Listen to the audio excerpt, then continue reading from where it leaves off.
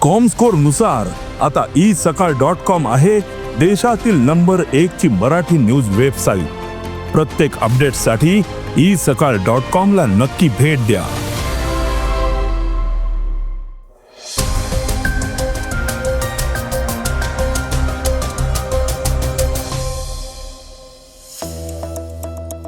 शिक्षकांवरील अशैक्षणिक कामांचा भार कमी होणार आहे, तर शक्तीपीठ प्रश्नी विजय वडेट्टीवार यांची विधानसभेत टीका. मुख्यमंत्र्यांनी मांडल्या आहेत 12,000 कोटी रुपयांच्या पुरवणी मागण्या, तर न्यायालयाच्या अंतिम निर्णयानंतरच कॅसचा निर्णय. रशियाकडनं 40 सुखोई 57 विमानांची तयारी. सुनील गावस्कर यांनी भारतीय फलंदाजांचे कान टोचले आणि संजय दत्त यूपीतनं निवडणूक लढवणार असल्याच्या चर्चा. या बातम्या आपण आजच्या पॉडकास्टमध्ये ऐकणार आहोत. नमस्कार, मी गौरी कुबेर. आज 25 फेब्रुवारी वार बुधवार. तुम्ही ऐकत आहात देशातील number 1 Marathi news website isakal.com podcast. पॉडकास्टची पहिली बातमी, शिक्षकांवरला अशैक्षणिक कामांचा भार कमी होणार असल्याची.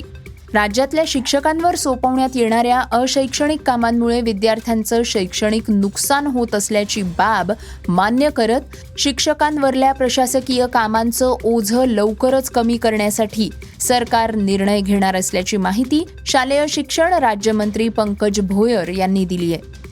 विधान परिषदेमध्ये शिक्षक आमदार विक्रम काळे यांनी उपस्थित केलेल्या प्रश्नावर ते बोलत होते.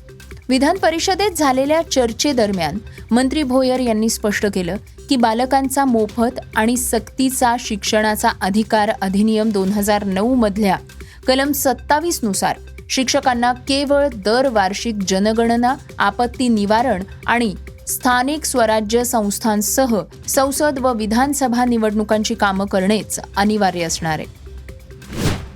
पॉडकास्टची दुसरी बातमी, शक्तीपीठ प्रश्नावरनं वडेट्टीवारांच्या गंभीर आरोपाची.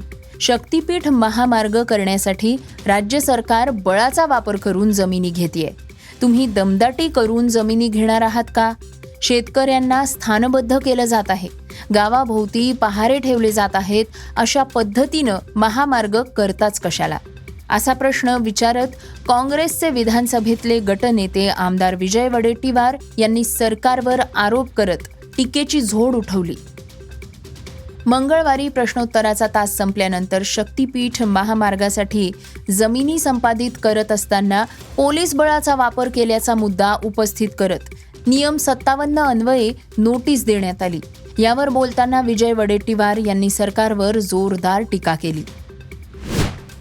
पॉडकास्टची तिसरी बातमी, मुख्यमंत्र्यांनी 12,000 कोटींच्या पुरवणी मागण्या मांडल्याची.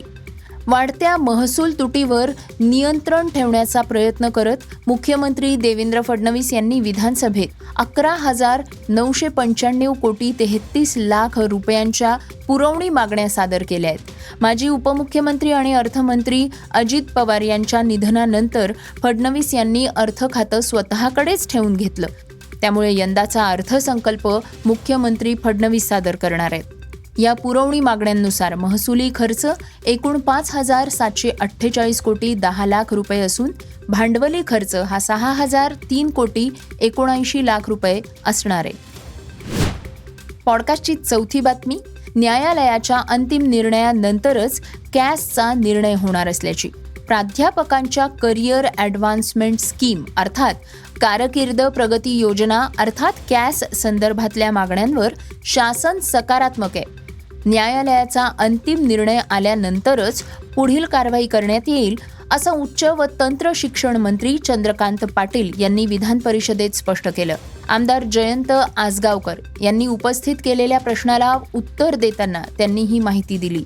या प्रश्नावरनं सभागृहात सत्ताधारी आणि विरोधकांमध्ये काही काळ राजकीय फटकेबाजीही पाहायला मिळाली.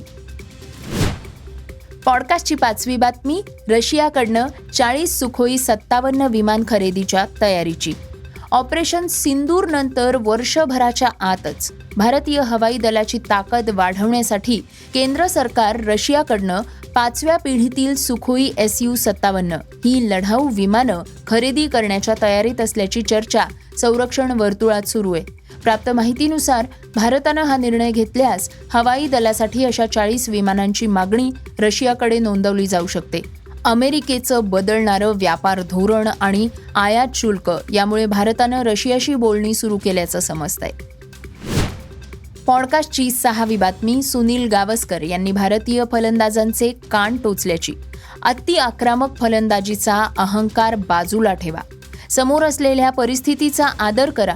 T20 म्हणजे प्रत्येक चेंडूवर आक्रमण हे फाजील आत्मविश्वास बाळगू नका, अशा शब्दात महान फलंदाज सुनील गावस्कर यांनी भारतीय संघाचे कान टोचले आहेत. T20 विश्वकरंडक क्रिकेट स्पर्धेत रविवारी अहमदाबाद इथं झालेल्या दक्षिण आफ्रिकेविरुद्धच्या सुपर 8 सामन्यात भारतीय फलंदाजांना अपयश आलं आणि त्यामुळे संघाला 76 धावांच्या मोठ्या पराभवाचा सामना करावा लागला होता. पॉडकास्टची 7वी बातमी. संजय दत्त UP-मधनं निवडणूक लढवणार असल्याच्या चर्चांची. बॉलिवूड अभिनेता संजय दत्तनं नुकतीच लखनौमध्ये उत्तर प्रदेशचे मुख्यमंत्री योगी आदित्यनाथ यांची भेट घेतली. या भेटीचा फोटो सोशल मीडियावर तुफान व्हायरल झालाय. तर तत्पूर्वी इथे संजय दत्तनं भाजप आमदार राजेश्वर सिंह यांच्या नेट झिरो या पर्यावरण विषयक कार्यक्रमातही भाग घेतला होता आणि त्यानंतर झालेल्या रोड शो आणि रॅलीमध्ये त्यांच्या चाहत्यांची गर्दी उसळली होती. यावरूनच सध्या संजय दत्त निवडणूक लढवणार असल्याच्या चर्चांना उधाण आलेलं आहे. हे होतं isakal.comचं पॉडकास्ट, अर्थात सकाळचं पॉडकास्ट. हे पॉडकास्ट तुम्हाला कसं वाटलं आम्हाला जरूर कळवा. याला रेटिंग द्या आणि इतरांना सुद्धा रेकमेंड करा. तर आपण आता उद्या पुन्हा भेटूयात. धन्यवाद. Script and research Mayur Ratnaparkhe.